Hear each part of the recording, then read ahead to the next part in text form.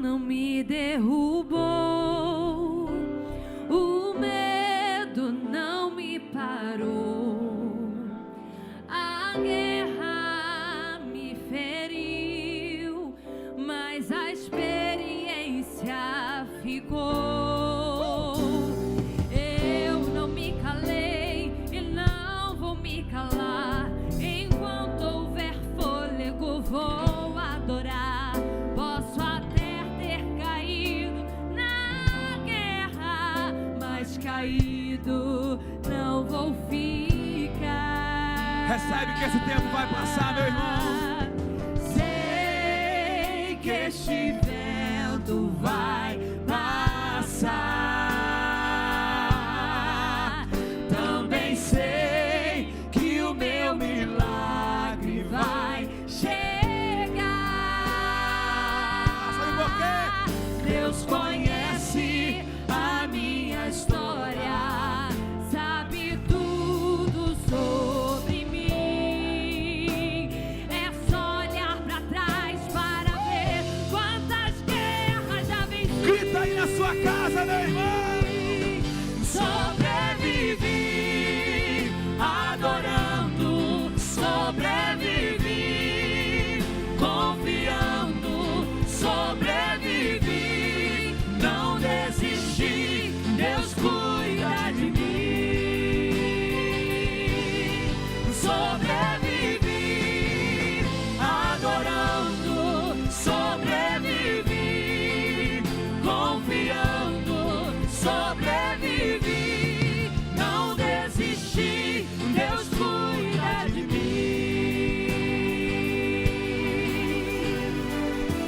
E olha o que ele faz pela tua família hoje. Ele cuida da tua casa, cuida da família, cuida do trabalho, Ele cuida da tua vida, cuida do ministério, cuida da saúde, cuida dessa igreja, Ele cuida. Adore que Ele cuida, exalte que Ele cuida, glorifica que Ele cuida, louve a Ele que Ele cuida. Receba força, receba alegria, receba equilíbrio, unção de ousadia. Essa guerra não te mata, vai te fortalecer. É nesse deserto que Deus vai prover. Se prepare, tem novidade chegando pra você. Recebe, recebe, recebe. Deus dá força ao cansado, levanta o caído, exalta o humilhado, Ele cuida do ferido. Enquanto você adora Ele aqui, Ele cuida. Ele tá cuidando, Ele tá cuidando.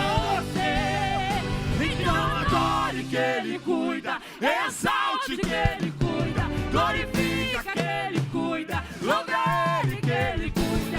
Se alguém perguntar como que você venceu, você vai dizer assim: sobrevivi, adorando, sobrevivi, confiando, sobrevivi, não desisti, Deus cuida de mim.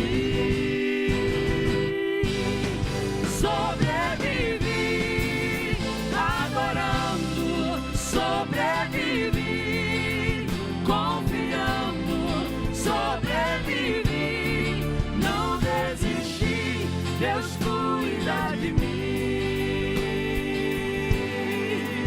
Ele cuida de mim, Ele cuida de mim. Seja cuidado pelo Senhor Jesus aí na tua casa. Enquanto você canta, Ele cuida. Enquanto você adora, Ele cuida. Enquanto você dobra o teu joelho, Ele guarda a tua casa. Tem sangue nos umbrais, a tua casa está protegida. Seja cuidado pelo Senhor. Ele está cuidando de Xerém, Ele está cuidando do Brasil, Ele está cuidando, Ele está cuidando. Sobrevivi,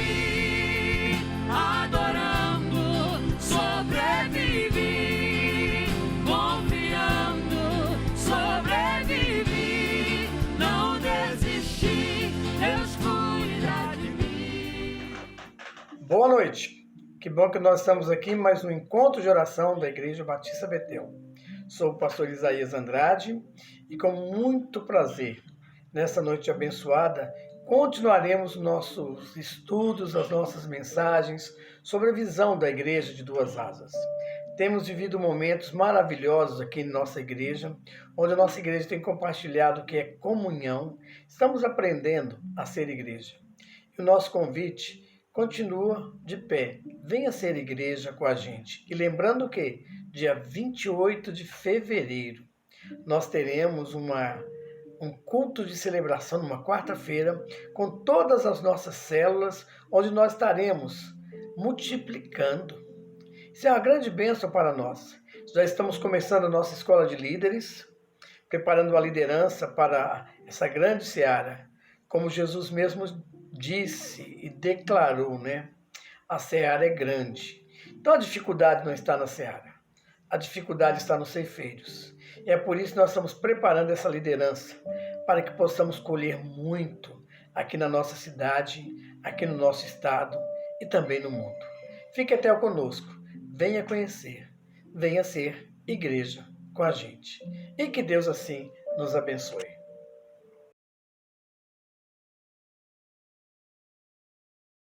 E eu quero compartilhar com vocês uma palavra que eu intitulei 3 segredos para o crescimento da sua igreja. Eu tive o privilégio, pela graça de Deus, de pastorear por mais de 24 anos em Santarém. Quando eu comecei a pastorear a igreja, ela era muito pequenininha. Teve um culto onde só apareceu 2 pessoas. Eu pensei que ia chegar mais pessoas atrasadas, mas não chegaram mais pessoas, só eram as 2 pessoas mesmo até o final do culto. Além de mim, só mais 2 pessoas. E uma das 2 pessoas era a minha irmã, Ângela. Mas depois a igreja cresceu. Hoje essa igreja em Santarém tem dezenas de milhares de pessoas, mais do que 45 mil pessoas. Eu tenho o privilégio de ainda supervisionar essa igreja.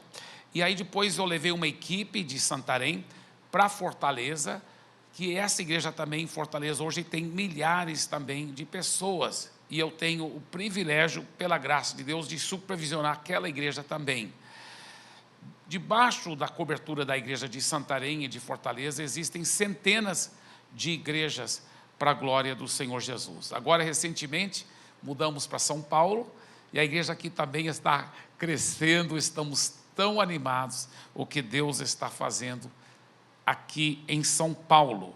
Eu quero dizer que eu creio que existem alguns segredos para que haja crescimento na igreja. Deus quer que a sua igreja possa crescer em qualidade, é claro, na intimidade com Deus, na comunhão, mas também crescer numericamente, porque a Bíblia fala que Ele não quer que nenhum pereça, mas que todos cheguem ao arrependimento.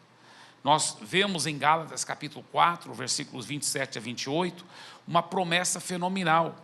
Ele, citando Isaías 54, o apóstolo Paulo, pelo Espírito Santo, diz: porque está escrito, alegra-te, ó estéril, que não dás à luz, exulta e clama, tu que não estás de parto, porque são mais numerosos os filhos da abandonada que os da que tem marido.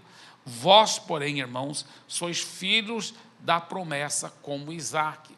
O que o apóstolo Paulo está dizendo é que nós somos o cumprimento desse texto e que todas as promessas que foram dadas para Abraão e para Sara são nossos. Isso foi uma promessa dada para Sara, porque ela era estéril, e Deus disse: eu vou te dar muitos e muitos filhos através da sua descendência, através de Isaque.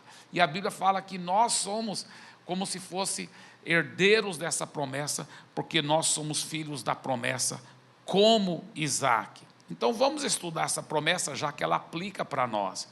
A promessa diz em Isaías 54, 1 a 3, cante, ó estéril, você que nunca teve um filho, irrompa em canto, grite de alegria, você que nunca esteve em trabalho de parto, porque mais são os filhos da mulher abandonada do que as daquela que tem marido, diz o Senhor. Olha o que mais ele diz: alargue o lugar de sua tenda, estenda bem as cortinas de sua tenda, não o impeça, porque estique suas cordas, firme suas estacas, pois você se estenderá para a direita e para a esquerda, seus descendentes desapossarão nações e se instalarão em suas cidades abandonadas. Eu creio que essa promessa aplica para nós, e nós podemos liberar nossa fé para ver essa expansão acontecer nas nossas igrejas locais.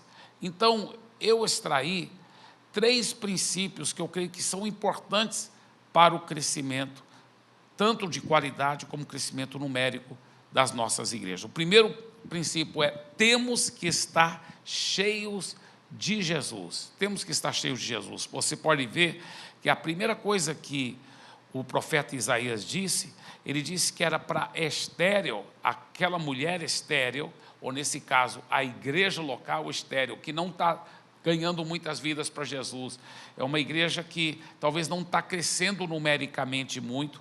Ele diz: cante e rompa em canto, grite de alegria. Por que ele está falando para começar a gritar de alegria e começar a cantar? Porque esse é um grande princípio de fé.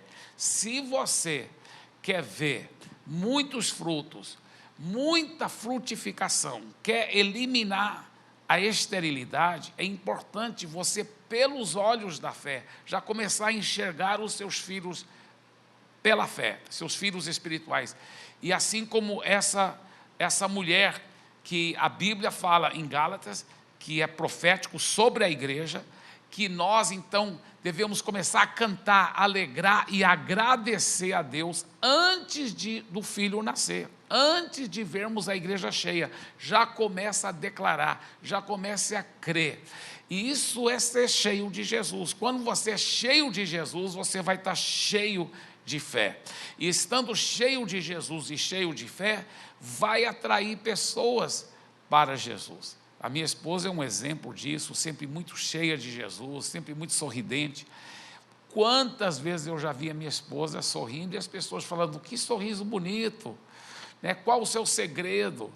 E ela então pode falar de Jesus. Quando nós estamos cheios de Jesus, nós vamos atrair pessoas para Jesus.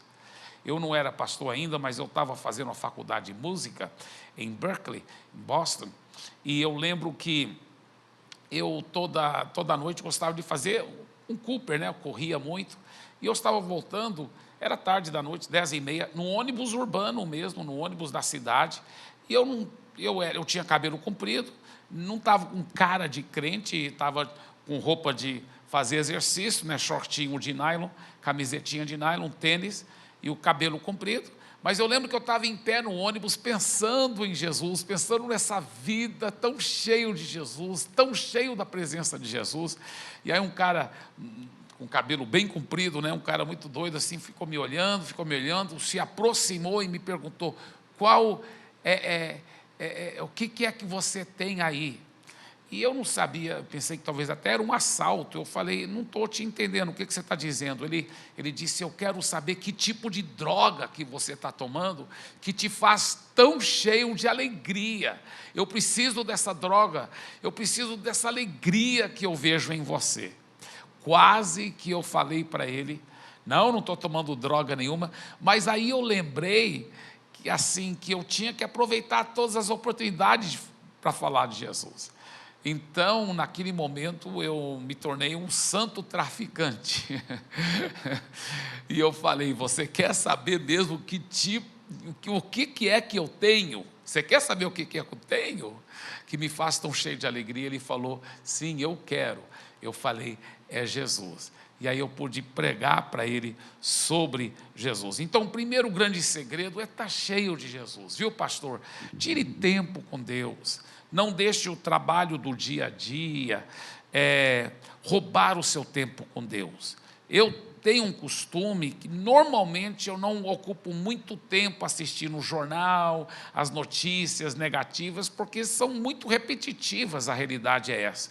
Então, no meu dia da família, às vezes eu vou assistir o jornal, normalmente não na televisão, mas eu vou pela internet, eu vejo as notícias na internet rapidamente, para estar mais ou menos inteirado do que está acontecendo, e também eu fico inteirado porque sempre batendo papo com os irmãos, conversando com as pessoas da célula que eu tenho na minha casa, eu fico bem por dentro do que está acontecendo, mas eu procuro durante a semana separar muito tempo para me encher de Jesus, ouvir mensagens, ouvir pregações, ler muito a Bíblia, meditar. Você quer que sua igreja cresça? Para a sua igreja crescer por fora, ela tem que crescer por dentro, em qualidade, na intimidade com Jesus. E para a sua igreja crescer por dentro, é você que tem que crescer primeiro, viu, pastor? É você crescer e estar cheio de Jesus. Se você, dentro de você, pastor, estiver cada vez mais cheio de Jesus, cheio da presença de Deus, aí a sua igreja também vai começar a ficar cheia de Jesus, cheio da presença do Senhor. E como essa mulher estéril vai começar a cantar, cheio de alegria, e agradecer a Deus pelos filhos, e esses filhos vão começar a materializar. E a igreja começa a romper e começa a crescer muito. É muito lindo. Segundo grande segredo, temos que fechar a porta dos fundos. Muitas igrejas, se você vê, ela até ganha pessoas para Jesus, mas assim como a pessoa entra pela porta da frente, entrega a vida para Jesus, começa a congregar, ela sai pela porta dos fundos. Tem que saber fechar aquela porta dos fundos. Eu lembro uma vez que Deus começou a me cobrar muito sobre isso, né? E nesse texto de Isaías, nós vemos, ele fala assim: estique suas cordas, firme suas estacas. Então, uma vez que esticou a tenda, vamos firmar bem as estacas, para não perder ninguém. Eu lembro que Deus falou para mim: meu filho, eu quero que você concentre primeiramente em não perder ninguém, em cuidar tão bem das pessoas, fazer amizades profundas, discipular as pessoas, porque ovelha, estando bem sadia, além dela não sair da sua igreja, ela vai atrair outras pessoas para a igreja. Ovelha sadia sempre dá muita cria, então ajude suas ovelhas a serem cheias de Jesus. Além delas não saírem da sua igreja, elas vão atrair, e elas que vão chamar as pessoas para a sua igreja. Eu lembro de uma vez um irmão que havia desviado, e ele já havia desviado muitas vezes, então tinha várias pessoas falando até mal daquele irmão na igreja, e eu chamei a atenção daqueles irmãos, eu falei: nunca fale negativamente. Pastor, mas ele não quer nada. Eu falei: olha, você não sabe o coração dele, talvez ele que está querendo, ele não tem força, mas não julgue a ele, porque é isso que o diabo quer. Ele quer que aquele irmão fique sabendo que vocês estão falando mal dele, aí que ele não volta mesmo. Então só fala palavras de fé. Fala Filipenses capítulo 1, versículo 6, eu estou bem certo que aquele que começou uma boa obra naquele irmão, ele há de completá-la até o dia de Cristo Jesus. Fique declarando palavras de fé sobre aquele irmão. E aqueles irmãos da igreja falaram para mim: você tem razão, pastor, nós só vamos falar a palavra de fé, aquele irmão vai voltar, ele vai ser uma bênção. E depois que eu saí daquele local onde eu chamei a atenção daqueles irmãos, eu me senti bem. Eu falei: rapaz, foi muito bom o que eu falei, foi segredos preciosos, para ninguém ficar falando mal daqueles que se afastaram da igreja. E aí o Espírito Santo falou para mim: você fez muito bem, meu filho, mas agora faz a sua parte. Eu falei: como a minha parte? Ele falou: vai atrás daquele irmão. Eu falei: Senhor, ele já teve muitas chances, ele já desviou muitas vezes, e muita gente já ajudou muitas vezes, então agora eu tenho que cuidar daqueles que estão realmente querendo ajuda. E Deus falou para mim: o que a minha palavra diz? Quem é fiel no pouco, eu farei fiel sobre o muito. Se você não cuidar nem das poucas ovelhas que eu já te dei, porque nossa igreja era bem pequena naquela época, ele falou: se você não cuidar bem das poucas ovelhas que eu já te dei, como que eu vou confiar muitas ovelhas na sua mão? Eu falei: tudo bem, Senhor, eu quero cuidar bem das ovelhas que o Senhor me deu, mas esse é um irmão problemático, ele já teve muita chance. E Deus falou assim: se você cuidar bem até dos problemáticos, até daqueles que já tiveram muita chance, mas você fica amando e fica cuidando, eu vou de repente confiar muitas ovelhas não problemáticas nas suas mãos. Quem é fiel no pouco, eu farei fiel sobre muito. Mas se você, meu filho, não for nem fiel, cuidando bem das poucas ovelhas que eu te dei, como que eu vou confiar muitas nas suas mãos? Então eu fui atrás daquele irmão em obediência ao Senhor. E para encurtar a história, aquele irmão não somente se firmou, voltou para Jesus, mas se tornou um dos nossos pastores. E ele acabou me ajudando e atrás de tantos irmãos que também eram desviados, ou da nossa igreja, ou de outras igrejas, porque hoje o Brasil dizem que tem 30, 40 milhões de desviados, precisando desse amor, precisando de ir atrás. Sabe por quê? Porque as igrejas não fecharam a porta dos fundos, não discipularam, não cuidaram como deviam.